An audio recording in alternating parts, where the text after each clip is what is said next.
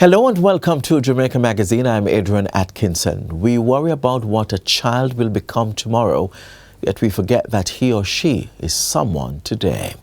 As we continue our Child Month celebration, let's ponder on how we can make the lives of our children better today with positive actions.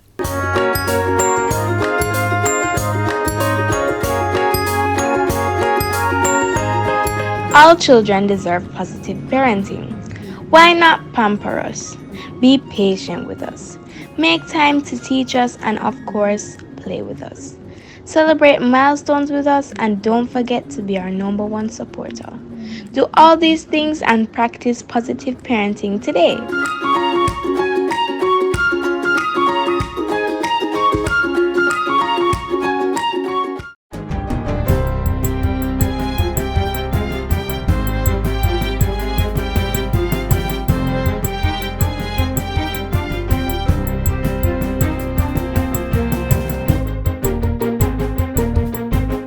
Good day, I'm Stephen McHugh, and this is your JIS News for Monday, May 8, 2023. Government has officially opened a shelter for the homeless in Falmouth, Trelawney. The Falmouth Homeless Shelter was constructed at a cost of $25 million on the same premises as the Trelawney Drop-In Center, which was opened in 2020. It will provide temporary shelter, meals and bathroom amenities for the homeless citizens of Falmouth and its environs. Minister of Local Government and Rural Development, Desmond McKenzie, says the shelter is the first such facility located outside of the corporate area. It has been constructed to house up to 20 persons at a time, 14 males and 6 females. However, if more persons need the service of the facility at any given time, they can utilize the drop-in center. A lot of these people who find themselves living on our streets, some of them it's worthless family them have. Family put them out. Some leave country, come to Kingston, or leave up in the hills of Trelawney and come into Falmouth. Didn't find what they're looking for, have nowhere to go, but end up on the streets. The local government minister urged the beneficiaries to take care of the facility as they utilize its services. He also underscored the importance of taking care of the island's indigent residents. Regardless of the circumstances that brought them to be living on our streets, it is not our responsibility to abuse them. And I want to challenge the people of Falmouth and the surrounding communities to be a part of this crusade that speaks to protecting, caring, and most importantly, respecting these people for who they are and not where they are living. The Ministry of Health and Wellness has set out to improve diagnostic services across the country with the launch of a tender process for the lease of 49 pieces of equipment. It includes 9 CT scan machines, 4 MRI machines, and 36 fixed and mobile ultrasound units. Portfolio Minister Dr. Christopher Tufton says the tender will require the management and maintenance of the equipment under a capital lease agreement. He was making his contribution to the sectoral debate in Parliament recently.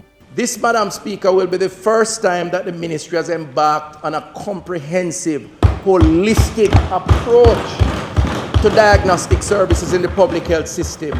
The Inter-American Development Bank, IDB, has been engaged to provide technical support for the operation of the equipment. Dr. Tufton says the process may take a year or more, so public-private partnerships will continue for the outsourcing of diagnostic services. Meanwhile, the Ministry of Health and Wellness will be stepping up work this fiscal year to increase blood donations and the number of voluntary donors. Portfolio Minister Dr. Christopher Tufton says the National Blood Transfusion Services Blood Drive program will be expanded beyond the 4 schools visited since the launch, where it has collected 85 units of blood. The Blood Drive program targets high schools and tertiary institutions. Which, by the way, according to the clinicians, could save potentially 255 lives. This year, we're targeting through the minister another 20 high schools to collect 600 units. Dr. Tufton says 5 universities and teachers' colleges will also be engaged in the collection drive to further boost voluntary blood donation. In addition, the ministry will this year identify 5 strategic blood donation sites in underserved areas such as St. Mary, Portland, and St. Thomas to meet the demand for blood. This will increase the total number of sites island-wide to 16, while 2 mobile response units will be added to the fleet. Still on health, with the announcement of an end to the COVID-19 global emergency by the World Health Organization, WHO, the Ministry of Health is urging Jamaicans to remain vigilant. The caution comes in light of the country's recent increase in respiratory illnesses. The Health Ministry says the circulating viruses include COVID-19 and influenza. The ministry is encouraging persons to safeguard their health by taking the COVID-19 and influenza vaccines, which are available at health centers island-wide. Following the declaration by the WHO, countries must now transition to long-term management of the COVID-19 pandemic. Among the recommendations by the WHO in this transition phase is for countries to maintain efforts to increase COVID-19 vaccination coverage, maintain reporting of mortality and morbidity data, and variant surveillance. The Ministry of Health says as of May 1, 2023, there have been 154,825 confirmed COVID-19 cases in Jamaica and 3,536 deaths. And finally, approximately $15 million will be allocated to effect emergency repair work on the Seaman Valley to Millbank Road in East Portland. This will bring much-needed relief to scores of residents in that area. Minister with responsibility for works, Everald Warmington, gave the update during a tour of the area last week. I asked the NWA team to scope a $50 million emergency project for it right now to try and make the surface a little better to use. The work is in addition to a more comprehensive Phase 2 rehabilitation project for the area to be carried out at a cost of $50 million. Mr. Warmington says the National Works Agency, NWA, has also been asked to assess several breakaways in the constituency. Overall, he says the roads in the areas that were toured will be addressed, including Wayne Road and Alligator Church Bridge to Bellevue. I can assure people of Eastern Portland that the government listens, will react on all of these projects. Our projects will be addressed this year. And that's it for JIS News Today. I'm Stephen McHugh. Thanks for watching.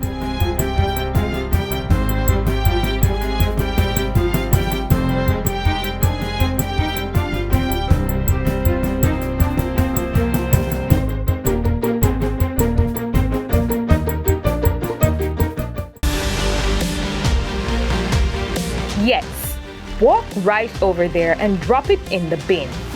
Reuse that wastewater from your kitchen for the garden. Get your hands dirty and plant a tree. Farmers, hold off on the pesticides, especially near our rivers. Do your part to protect our watersheds so we can preserve the source of our drinking water. Every act to protect our watersheds counts. Start now. Can you imagine a future without water? One where our children, now adults, no longer have the precious commodity at their disposal because of our past actions? Well, every time you throw a lit cigarette into bushes or clear a field by burning, which inadvertently starts a bushfire, that's what can happen. Yes, Jamaica's water supply can be affected by bushfires, and you have the power to change this. Let's find out more.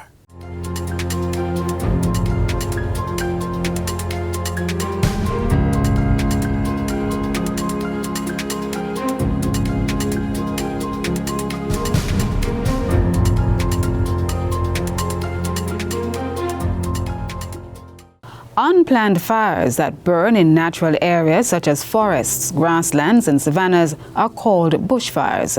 They are usually caused by human activities done in error. In Jamaica, individuals burning garbage or clearing fields, farmers burning land for replanting, and individuals throwing away lit cigarettes are all actions that can cause bushfires. Natural occurrences such as lightning can also cause bushfires. This happens when lightning strikes and ignites dry trees and bushes. Bushfires can have deleterious or harmful effects on the natural environment. Managing Director of the Water Resources Authority, Peter Clark, wants citizens to pay keen attention to habits that can cause bushfires and be more proactive. One of the effects of bushfires is soil erosion. When burnt material from fires infiltrate the soil and form a waxy layer, this makes it difficult for water to infiltrate the ground during rainfall. Similarly, when the roots of plants burn, they can no longer hold soil particles in place. Bushfires also cause harm to the country's watersheds and have a negative impact on water resources. This continues the vicious cycle of water shortage. So that when we are gathering water, we then have to probably not take that initial water into reservoirs because the sediment level is so high. This is created by the conditions that the bushfires would have set up. And so it leads to increased treatment costs. It leads to diversion of water that could have been collected for time, as we are now in need of water. That could have been collected, but it has to be diverted because the erosion and the sediment is so high. Bushfires also cause the depletion of stored water in facilities like the Mona Reservoir when the precious liquid is used for dampening blazes. The Jamaica Fire Brigade had to call on the Jamaica Defense Force, who had to use its helicopter and to pull gallons of water, dipping bucket into the Mona Reservoir to hold bushfire. Now that I understand is almost 1,000 buckets of water was removed from the Mona Reservoir to put out bushfire. A December 2022 report from the Meteorological Service of Jamaica showed that all parishes were experiencing rainfall levels below their respective 30-year averages. Kingston and St. Andrew recorded a mere 5% of their average rainfall. Since the start of this year, the country has been experiencing a meteorological drought. The fact that it is a meteorological drought means that right now, the rivers that are served largely by almost instantaneous rainfall, the rivers that are emanating and being sourced from areas that are of the volcanic rocks are being impacted. Mr. Clark says rivers in the Blue Mountains and the Wandibolas Mountain are being affected. This has resulted in certain water sources being impacted. And that's why an increase in bushfires is worrying for the Water Resources Authority. There must be concern when water that has been abstracted and gathered for domestic purposes is being used to out bushfires.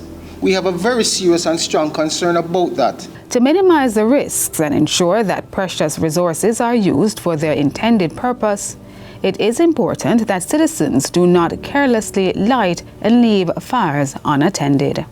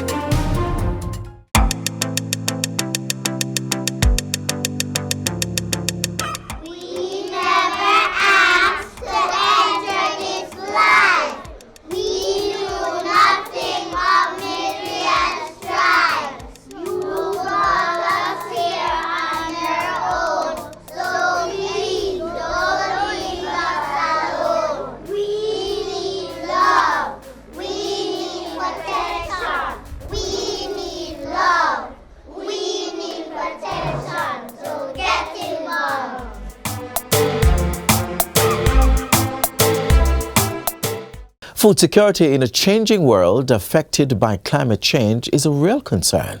But practicing climate-smart agriculture is one way of fighting back and taking control of our food supply. With a degree of increasing urgency on our actions to combat fast rising temperatures and slow sea levels eroding closer inland, what we do about climate change today will matter.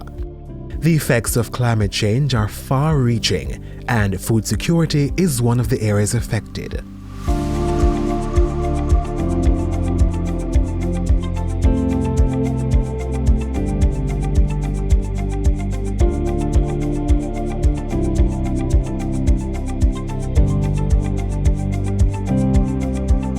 As protecting our food security remains a high-level priority, climate-smart agriculture takes on increasing importance.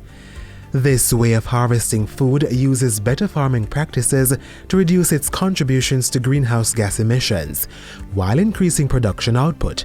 Smart agricultural practices include reducing deforestation, better soil management, and intercropping.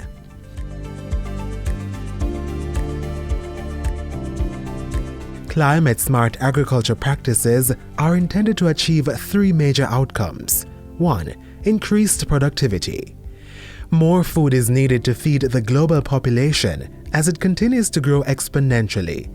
Equally important is ensuring sustainable incomes for farmers, distributors, and key players driving the agriculture industry. Data from the World Bank indicates that 75% of the world's poor who live in rural areas rely on agriculture for their livelihoods. Number 2. Resilience to climate change threats.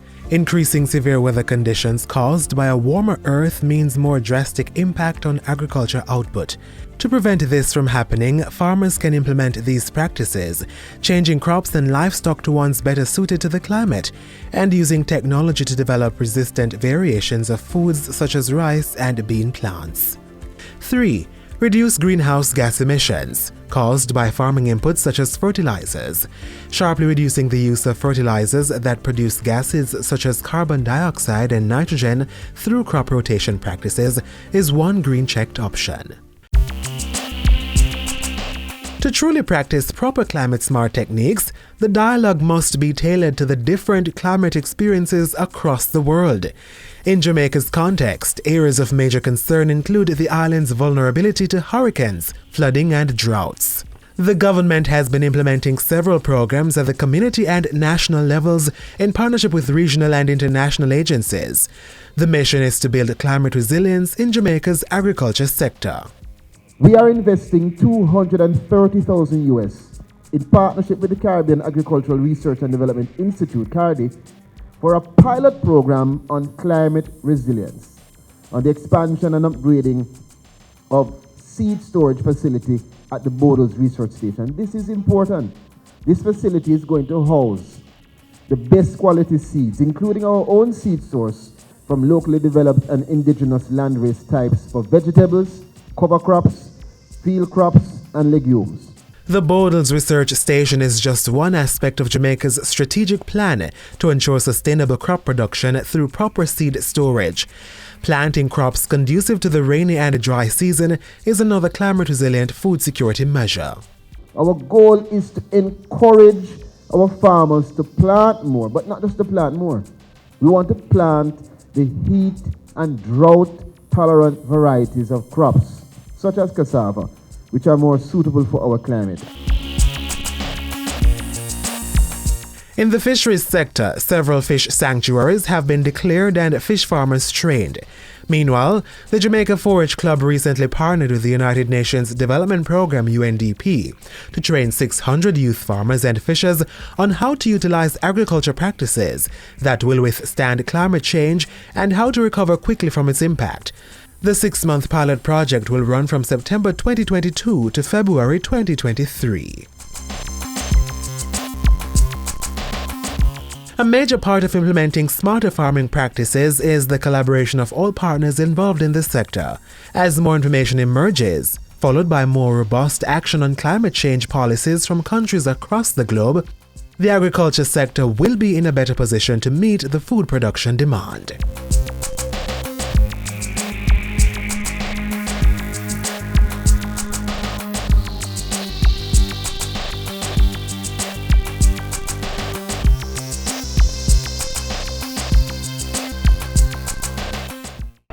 Transformations 2023, People, Quality and Technology is a public exposition of the JCF by the JCF for all our stakeholders, and that means you. Between May 11 and 14 at the National Arena in Kingston, you will meet our people. We'll share many of our new and emerging police technologies. We'll provide insights into our quality journey, a journey of transforming the service you get at our stations, on the road, and anytime or anywhere you need us.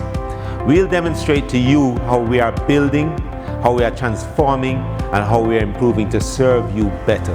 This is my personal invitation to journey with us. Join us at the Expo. Experience a side of the JCF you have never seen before. Transformations JCF 2023. People, quality, and technology. See you there.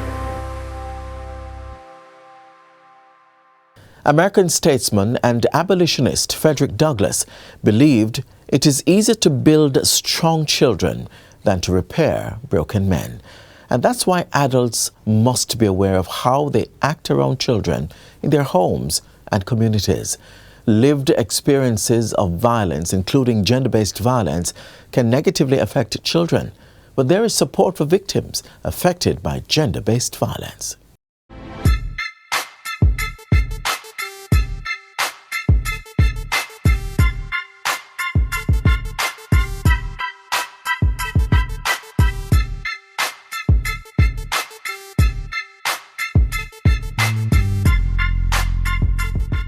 The findings from the Gender Assessment Report are commensurate with the community outreach focus of the Bureau of Gender Affairs and the lived experiences of numerous families.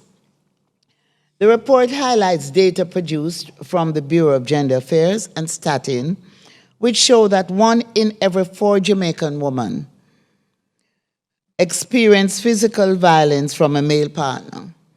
It also shows that young women, 15 to 24 years, are vulnerable to sexual violence, and this is among girls/women with little to no education and who live with their partners from an early age. It also identified that victims/survivors of GBV and their children tend to experience worse educational and health outcomes in their lifetime. A very practical response to the gender-based violence prevalence data is the development of the draft National Shelter Strategy. Through the implementation of the strategy, we launched what we call the Continuum of Care for Survivors of Gender-Based Violence.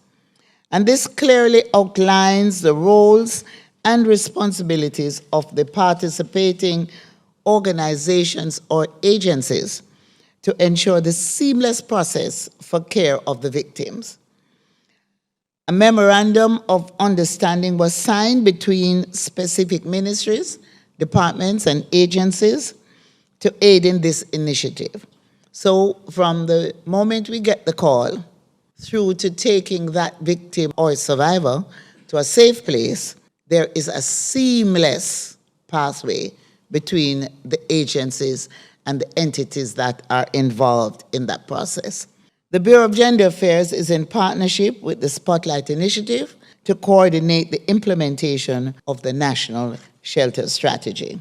The first national government-owned and operated shelter in the Northeast region and a regional shelter in the Eastern region to provide rescue, psychosocial support, restoration, and skills building. The next would be renovation and retrofitting of 1 additional property to serve as a Western regional shelter. And I'm really happy to announce that the Ministry of Finance and the Public Service has allocated $50 million to complete the renovation and retrofitting of this regional shelter in the West for victims and survivors of gender-based violence. And we should have that shelter ready sometime late this year. Revision of the Domestic Violence Act to provide increased support to victims and survivors. That's another area, and I am happy to report that we signed off on the final drafting of the amendments to the Domestic Violence Act, and we will be taking it to Parliament in the first quarter of the 2023-24 fiscal year. So we will have those amendments come into effect early this year. We're going to be ramping up the community outreach through Partnership for Empowerment initiative to provide financial support to NGOs and community advocacy groups as partners to address GBV. And so far, we have 16 partners across the island, and they also form that network that help us to ensure that we can protect our women. Development of knowledge products on gender-based violence is another area. So we have prepared information in Braille for the blind and voice training for empowerment and self-efficacy skills. We'll also establish gender-based violence helplines. The helpline unit is actually up and running, and the training of social workers and counselors.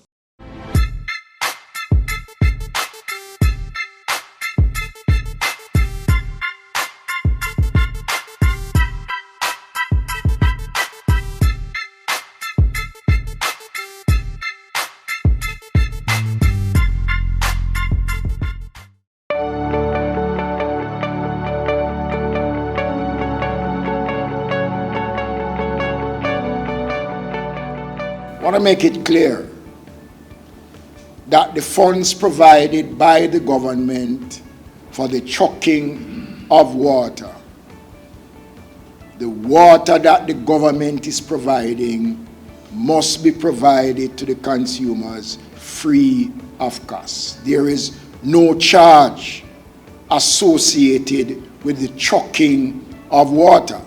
And the water that is being provided is for domestic use only. The question was asked about car washing facilities. The National Water Commission, I am sure, will be monitoring those facilities, and so too is the municipal corporations, to ensure that whatever water is used in the washing of motor vehicles are not the precious commodity that we are struggling right now to find in our pipes across the country. So I want to make it clear that the funding that has been provided by government is to give free water to the various communities across Jamaica where trucking is taking place. And persons who are experiencing those problems are asked to call the ministry or call your municipal corporations, or to take down the license number of the truck and send it here, because we are not going to allow persons to exploit the problems that people are facing by doing something which is illegal.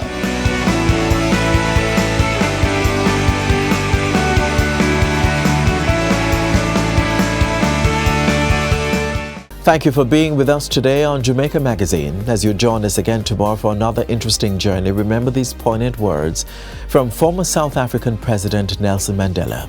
Safety and security don't just happen. They are the result of collective consensus and public investment. We owe our children, the most vulnerable citizens in our society, a life free of violence and fear. Of course, you can visit our website, jis.gov.jm, for more news you can use. On behalf of the entire team, I'm Adrian Atkinson. Thank you so much for watching. This has been a production of the Jamaica Information Service, the voice of Jamaica.